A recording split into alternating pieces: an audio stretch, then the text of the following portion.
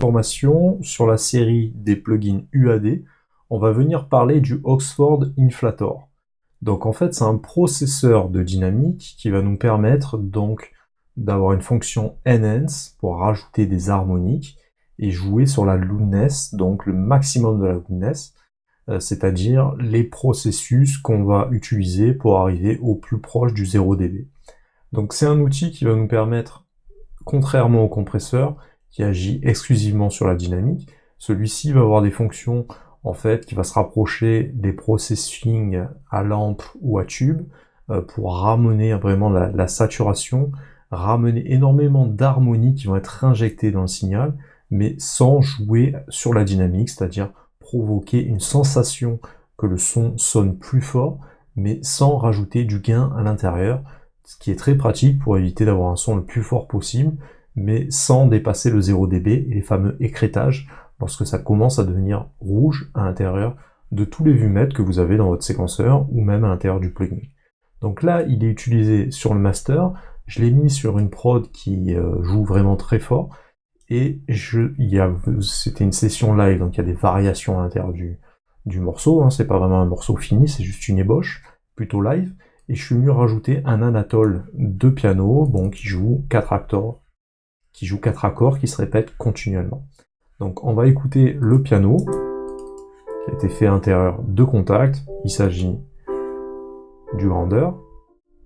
Donc au lieu de rajouter la couleur ici, vous voyez que voilà, ça gêne un petit peu le morceau, on va pas venir toucher au réglage à l'intérieur de Kontakt. Ce qu'on va faire, c'est que on va se servir de l'UAD Oxford Inflator, qui est très simple d'utilisation.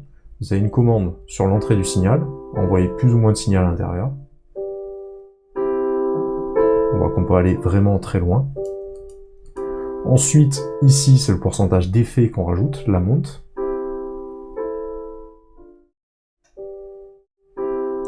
La fonction pour pas clipper, donc on va enclencher ce clipping qui va nous éviter de saturer. Donc le logiciel va détecter automatiquement le signal qui rentre pour ajuster donc la sortie et éviter de dépasser le 0 dB. Donc là, on a toutes les chances de jamais dépasser. On pourrait splitter les bandes, avoir des bandes de fréquences, rajouter de la distorsion sur 4 bandes de fréquences, low, basse, medium, medium et high, aigu. Et ici, voilà, c'est ce qui nous permet de déclencher l'effet 100% qu'on a rajouté.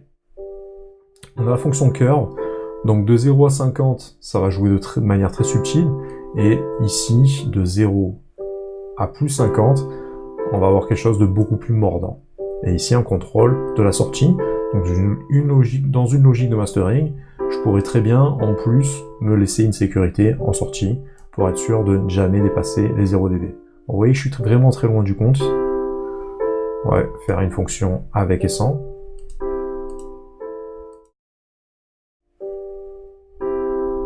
Vous voyez comme ça rajoute des harmoniques au son. Je le débranche, je le débranche.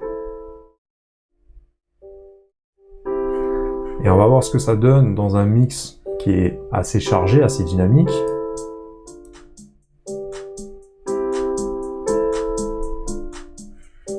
Si je débranche l'effet, vous voyez que le piano recule d'un plan. Et c'est maintenant la batterie qui est au premier plan. Si je réactive le signal, il retrouve naturellement sa place au premier plan. Je pourrais abaisser un peu l'effet. En fait, ici, moi j'aime bien cet effet parce qu'il me permet de contrôler, non pas avec la dynamique du morceau, donc pas avec un vumètre, mais uniquement avec des harmoniques, la position que je veux donner à ma piste. Donc vous voyez que là, elle est à l'arrière-plan, et je peux l'approcher petit à petit au premier plan. Jusqu'à prendre le dessus. À partir de là, je l'entends, ça commence à prendre le dessus sur le mix. Donc c'est vraiment très utile, on peut passer de preset en preset, il n'y en a que 2 qui existent, donc soit un côté enhance, soit un côté loudness, un peu plus smooth, c'est-à-dire un peu plus doux. voyez que désormais, voilà, il est vraiment mis en avant. Et si j'enclenche mon pied qui joue très très fort, voilà, je sature au niveau du master.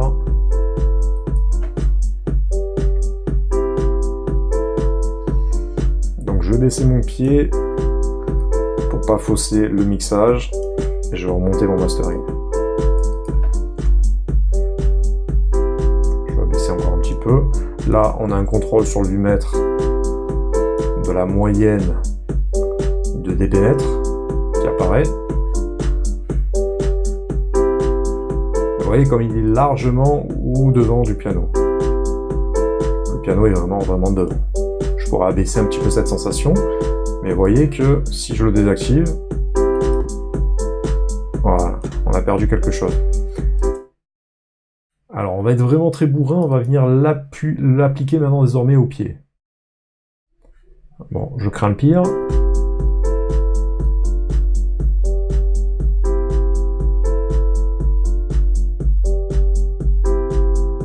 Je sais pas si vous avez remarqué, là on reste encore dans le vert, malgré le fait que j'ouvre un maximum l'effet. Vous voyez ?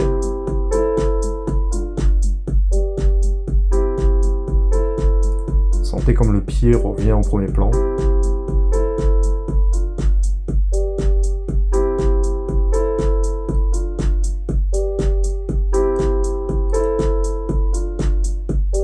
Là, je me laisse un peu de marge en sortie. Je pourrais vraiment rentrer très très fort dedans, comme une compression multiband, mais avec beaucoup plus de saturation et d'harmonique.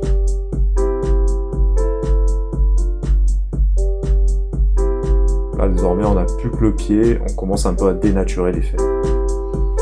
Donc ça, c'était appliqué sur le pied. Si je désactive complètement l'effet, on se retrouve avec un pied qui est gentil, un pied de batterie. Boum, boum. Ça relevait vraiment tout le bas, au niveau des graves, avec les subs à l'intérieur, tout en continuant à avoir des médiums et des aigus qui sont présents. En fait, ça renforce vraiment avec ces harmoniques, ça va rajouter vraiment des harmoniques sur l'ensemble du spectre à l'intérieur de votre piste. Donc c'est un dosage qu'il faut essayer de gérer pour avoir vraiment quelque chose d'intéressant. On peut l'utiliser également, alors dans ce cas-là, je vais le retirer de mon kick, voilà, bon, il joue pas. Je vais le mettre désormais sur mon master, et vous allez voir qu'on peut obtenir des masterings très mordants avec cette technique. Bon, bien évidemment, je vous conseille pas d'utiliser uniquement ce plugin pour votre mastering, puisque utiliser un peu trop fort, on va obtenir des résultats qui vont être néfastes même à notre mastering. Si vous poussez trop cet effet, ça va être difficile à corriger, parce que vous aurez un signal qui est surcompressé et trop riche en harmonique. Il faut y aller vraiment avec des pincettes. Mais vous allez voir que la sensation sonore obtenue est vraiment très monstrueuse, et pour autant, on n'obtient pas forcément un effet de pompage, ni un son qui serait surcompressé, qui perdrait de la vie. Ça permet quand même de garder un peu d'homogénéité là-dedans. Il est très utile également, en plaçant sur le mastering, pour avoir un effet glu. En fait, c'est un peu le même effet que le SSL G-Comp, qui est le compresseur des bus série des consoles SSL. Et ça permet d'obtenir un peu le même résultat, c'est-à-dire que tous les sons qui seront présents à l'intérieur de votre mixage, à travers le mastering, vous allez avoir un effet beaucoup plus compact. Donc si vous avez très peu de pistes, chaque piste va trouver sa place à l'intérieur du mix et va sonner un peu mieux dans cet ensemble. Ça va lier un petit peu l'ensemble. Parfois, voilà, on a la session rythmique et les synthés qui sonnent vraiment très éloignés l'un de l'autre. Là, ça va nous permettre d'avoir un ensemble beaucoup plus compact et que tous les sons jouent ensemble les uns avec les autres. C'est ce qu'on essaie d'obtenir souvent en mastering, et ce logiciel, ce petit plugin Oxford Inflator est tout à fait indispensable pour ça. Alors, trêve de bavardage, je vais vous faire écouter ce que ça donne sur le master. Je vais l'enclencher. Je vais baisser l'effet.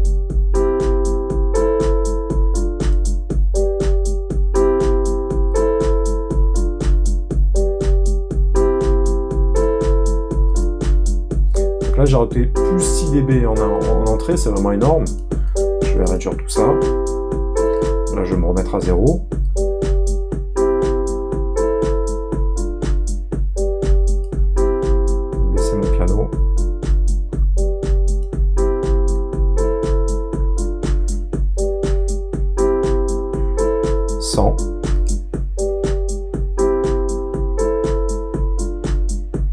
avec.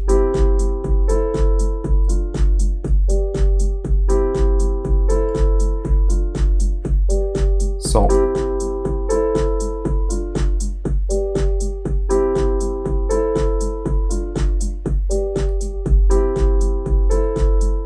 Vous voyez que ça a vraiment rien à voir.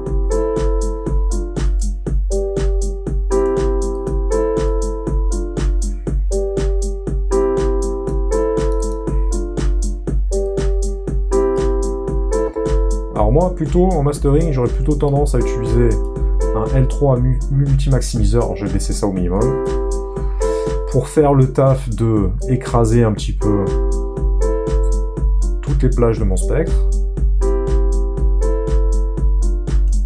Là, je me laisse une certaine sécurité. Là, il commence à y avoir un peu de pompage qui se fait un peu de partout.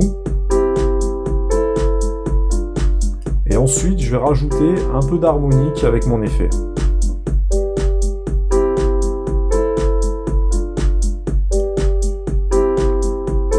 Sans. Avec. Sans le L3. Et sans le Oxford. Donc là, c'était avant que j'attaque mon mastering, enfin mon process d'effet sur mon master. Il faudrait que je rajoute après des EQ multiband par exemple pour ajouter, parce que la compression, on perd un petit peu de couleur, on perd un peu de vie, voilà, pour compenser un petit peu ce que j'ai perdu précédemment. Bon, c'est pas un cours sur le mixage mastering, il y aura des tutoriels pour ça, mais vous voyez que le L3 rehausse tout l'ensemble et que j'utilise maintenant l'Oxford pour me rajouter un peu de subtilité, un son un peu plus chaud sur l'ensemble du signal.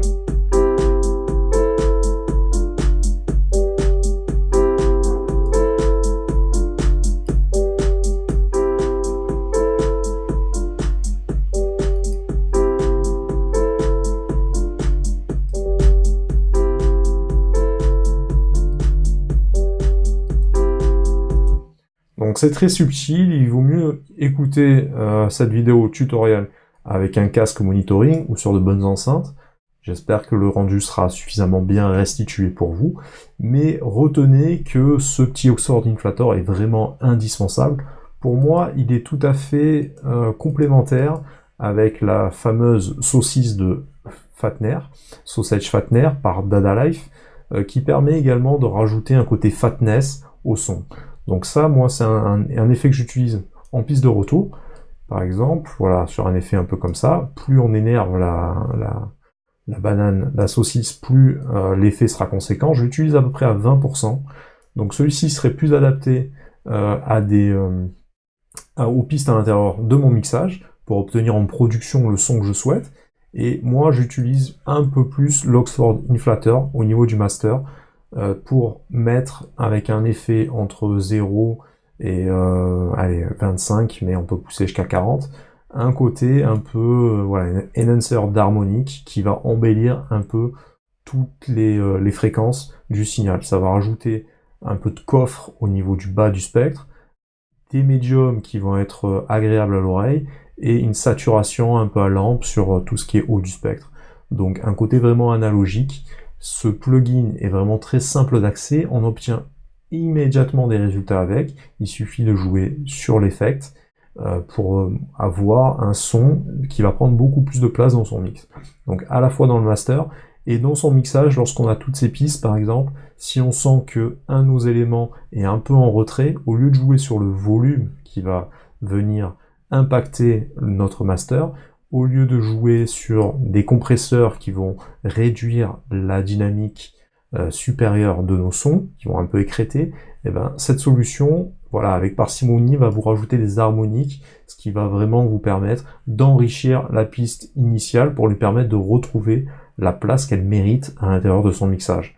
Avec des réglages beaucoup plus poussés, beaucoup plus bourrins, vous allez obtenir un son beaucoup plus bourrin en effet, mais qui peut être intéressant dans certains cas. Venez l'expérimenter également sur des basses, vous allez voir que ça fait le taf aussi sur les voix. C'est un petit plugin couteau suisse qui passe bien partout. Donc du moment que vous y allez pas vraiment de manière beaucoup trop excessive, ben il n'y a pas de problème, vous allez obtenir que des bons résultats pour votre mixage et votre mastering. C'est un petit tips top secret. N'hésitez pas à liker la page YouTube et faire un saut sur le site playmao.fr et le blog technologique musique playmao.fr. À bientôt, ciao.